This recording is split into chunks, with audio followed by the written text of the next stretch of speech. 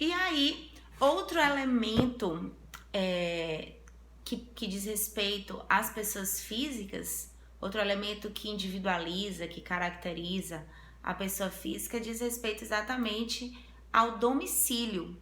O domicílio que ele é considerado um elemento espacial da pessoa física, tá? E o conceito de domicílio está previsto lá no artigo 70, bora aqui.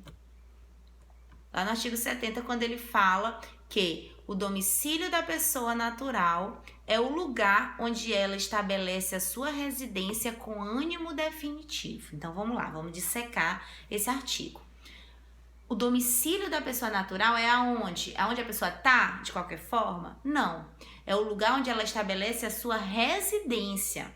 E é somente isso? Não. Ela estabelece a sua residência com ânimo definitivo. Por esse conceito trazido pelo legislador no artigo 70, nós observamos a existência de dois elementos, elemento objetivo e elemento subjetivo do domicílio. O elemento objetivo, que fala de matéria, de objeto, é exatamente o que? A residência. É onde a pessoa está morando. Mas o elemento subjetivo, que se duvidar é o mais importante para caracterizar domicílio, inclusive é ele que diferencia o que é moradia de residência. Ele diz o quê? É onde eu estou para ficar, onde eu quero ficar.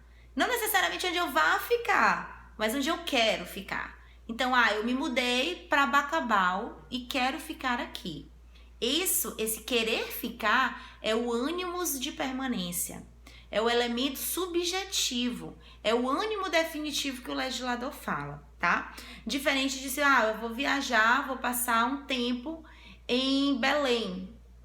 Ali não pode ser considerado meu domicílio. Por quê? Porque eu até posso estar ali objetivamente, mas eu não estou com ânimos de permanência, eu não estou com vontade de ficar. E aí, inclusive, esse ânimo de permanência é o que vai determinar a mudança de domicílio também.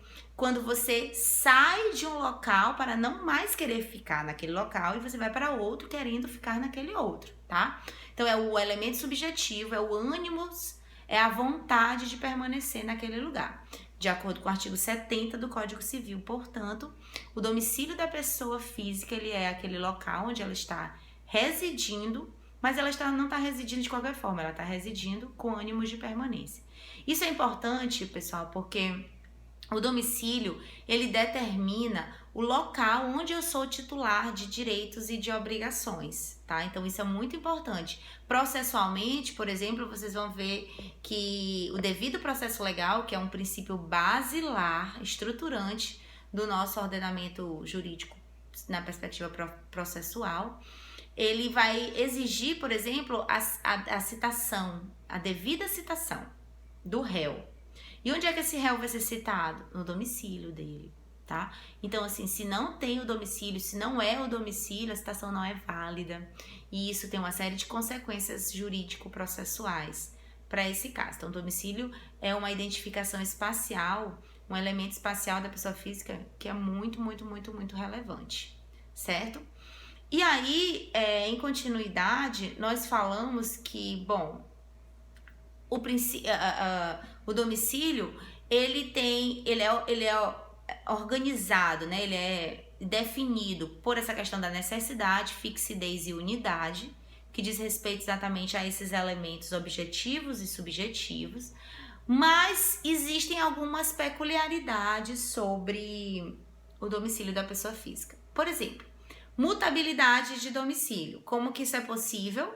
Quando eu saio de um lugar com ânimo definitivo de sair, tá? Então, o que vai determinar se houve ou não houve mutabilidade de domicílio, e isso é possível, né, que nós possamos mudar de domicílio durante a vida, isso vai acontecer pelo ânimo subjetivo, né, pela intenção de mudar e de não mais voltar para aquele determinado lugar. Pluralidade de domicílios é permitido no Brasil? Yes, é permitido no Brasil. Nós falamos, inclusive, de domicílio voluntário, que é aquele onde eu escolho. Eu escolho onde eu vou morar. Eu escolhi morar em Bacabal, aqui é o meu domicílio voluntário.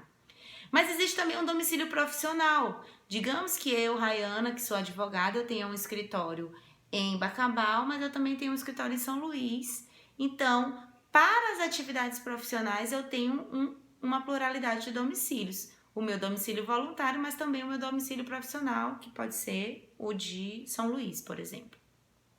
Existe ainda um domicílio chamado de domicílio contratual, que, como o próprio nome sugere, é objeto de um contrato, de uma manifestação de vontade.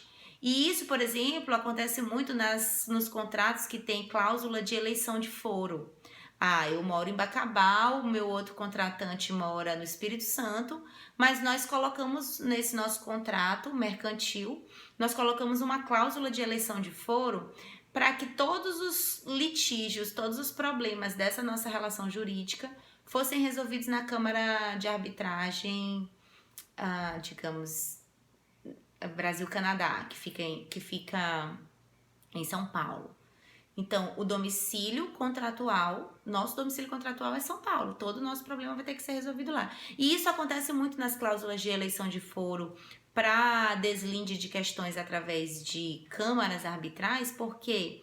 Porque como não é uma atividade de solução de conflitos pública, né? Não é através do Estado, não é através do poder público, o elemento confiança aí é muito pesado. Então, tem uma câmara de arbitragem em Bacabal, mas eu não confio nela. Então, eu vou colocar um domicílio eleitoral, um domicílio contratual em um local onde existe uma câmara que eu confio, eu sei da lisura procedimental e profissional daquela câmara específica. Então, isso é possível através do domicílio contratual, aquele que é estabelecido mediante manifestação livre de vontade das partes contratantes, tem uma relevância processual, né? Tem um impacto processual, sobretudo no que está previsto no artigo 63 e parágrafos, né, do novo Código de Processo Civil. Lembrando que cláusula de eleição de foro para a solução de controvérsias no direito do consumidor ela não é válida. Por quê? Porque em razão do reconhecimento de que o consumidor ele é a parte mais fraca, ele é a parte vulnerável daquela relação jurídica, o domicílio do consumidor será sempre foro legítimo para propositura de qualquer ação, para deslinde das questões, das controvérsias que possam ser originadas naquela relação de consumo. E aí, por último, nós falamos do domicílio necessário, aquele que é obrigatório. Necessariamente vai ser aquele domicílio, não tem como escolher outro. Mas, por instituto da pluralidade de domicílios, por existir essa possibilidade, é possível que nós tenhamos um domicílio voluntário e, além desse, o domicílio necessário. Quem são as pessoas que têm domicílios necessários? O incapaz. Por quê? Porque quem é incapaz, ele é representado por alguém. Então, necessariamente, o domicílio do incapaz será o domicílio do seu representante. O servidor público, porque se ele é um servidor público, ele está preso a uma determinada circunscrição onde ele exerce a sua função. Então, necessariamente, ele tem aquele domicílio. O que nada impede que ele tenha também um domicílio voluntário. Por exemplo, eu sou servidora pública em Bacabal, mas eu tenho um domicílio em São Luís. Eu vou todos os finais de semana para minha casa em São Luís. E lá eu tenho ânimos definitivos também, mas por ocasião de eu estar nomeada e empossada em Bacabal, eu tenho um domicílio necessário em Bacabal por conta de ser uma servidora pública. Os militares também, e aí tanto os militares móveis quanto os imóveis, que é o caso da Marinha quanto os das Forças Armadas, eles estão vinculados no caso da Marinha, onde ele estiver, ao porto onde ele estiver servindo, e ao das Forças Armadas, ao batalhão ao qual ele esteja vinculado. E também, se for de marinha mercante, é vinculado o domicílio necessário ao domicílio do registro da bandeira daquele navio, tá? E também o preso, né? Ora, se a pessoa tá preso, cumprindo pena, necessariamente ele tem um domicílio daquele local onde ele tá cumprindo pena. Mas antes de eu ser preso, eu morava com a minha mãe lá em Bacabal. Ok, o domicílio da casa da sua mãe, onde você morava, é o seu domicílio voluntário, mas onde você tá cumprindo a pena, enquanto preso, é o seu domicílio necessário, certo? Então, o domicílio ele é importantíssimo. Lembrando que os sem-teto, eles também têm domicílio, que é onde eles estão. Os circenses, os ciganos e os nômades é aonde eles se encontrarem. Eu encontrei eles aqui no meio da rua. Aqui vai ser considerado o domicílio deles. E isso é importante a gente definir por quê? Porque tem uma consequência processual prevista a partir da citação no domicílio.